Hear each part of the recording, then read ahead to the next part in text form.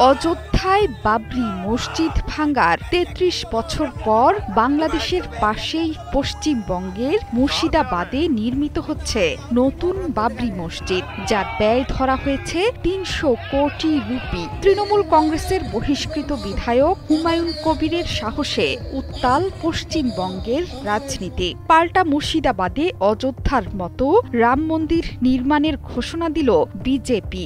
ধর্ম নিয়ে যখন পশ্চিমবঙ্গে পাল্টাপাল্টি অবস্থানে রাজনীতিকেরা, ঠিক তখনই কথিত বাংলাদেশিদের ওপর দমন পীড়নের ঘোষণা এলো মূল বাবরি মসজিদ যেখানে ভাঙা হয়েছিল সেই উত্তরপ্রদেশ থেকে। এবার দৃশ্যপটে মুখ্যমন্ত্রী যোগী আদিত্যনাথের হুমকি।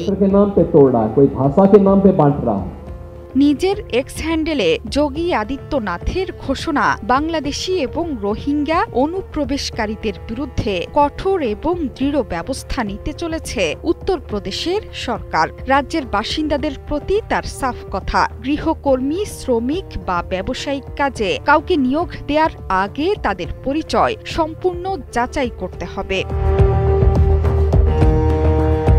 রাজ্যের নিরাপত্তা, সামাজিক সম্প্রীতি এবং শক্তিশালী আইন শৃঙ্খলা বজায় রাখাকে সর্বোচ্চ অগ্রাধিকার বলছেন যোগী আদিত্যনাথ। এক্সে তিনি বলেছেন, রাজ্যে অবৈধভাবে বসবাস করা রোহিঙ্গা এবং বাংলাদেশি অনুপ্রবেশকারীদের বিরুদ্ধে কঠোর এবং সিদ্ধান্তমূলক পদক্ষেপ নিয়েছে সরকার। নিরাপত্তার কারণ দেখিয়ে এমন সিদ্ধান্তের কথা জানালেন মুখ্যমন্ত্রী। अपने परिवार की प्रॉपर्टी विदेश में बनाते हैं।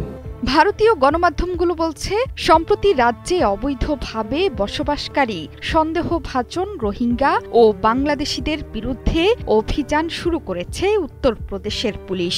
বিদেশি নাগরিকরা বেআইনিভাবে ভারতীয় পরিচয়পত্র সংগ্রহ করছে, এমন অভিযোগ ওঠার পর নড়েচড়ে বসেছে রাজ্য সরকার। ১৭টি পৌর সংস্থাকে দ্রুত সময়ের মধ্যে এমন বিদেশি শ্রমিকদের তালিকা করতে বলা হয়েছে যাদের উপস্থিতি বা চাকরির তথ্য সন্দেহজনক। সরকার স্পষ্ট করে জানিয়েছে, ভুয়া নথি ব্যবহার করে রাজ্যে বসতি স্থাপন করার চেষ্টা হলে কঠোর ব্যবস্থা নেওয়া হবে। জাতীয় আন্দোলন চল রহে থে। এছাড়া পরিচয়পত্র যাচাইও বড় অভিযানে নেমেছে প্রশাসন। সম্প্রতি নাকি বেশ কয়েকজন রোহিঙ্গা এবং কথিত বাংলাদেশি নাগরিক আধার কার্ড, ভোটার আইডি এবং অন্যান্য ভারতীয় পরিচয়পত্র সংগ্রহের চেষ্টা চালাচ্ছেন। পুলিশ এবং প্রশাসনের সমন্বিত উদ্যোগে প্রতিটি সন্দেহজনক মানুষের ব্যাপারে গভীর তদন্তের কথা বলছে প্রশাসন। বাংলাদেশের শেখ হাসিনা সরকারের পতনের পর সীমান্তে জোর তৎপরতা চালাচ্ছে ভারত। এছাড়া বহু নাগরিককে বাংলাদেশি তকমা দিয়ে সীমান্ত দিয়ে রাতের আধারে বাংলাদেশের দিকে ঠেলে দেয়া হয়েছে, জানিয়ে তীব্র সমালোচনার মুখে পড়ে ভারত সরকার।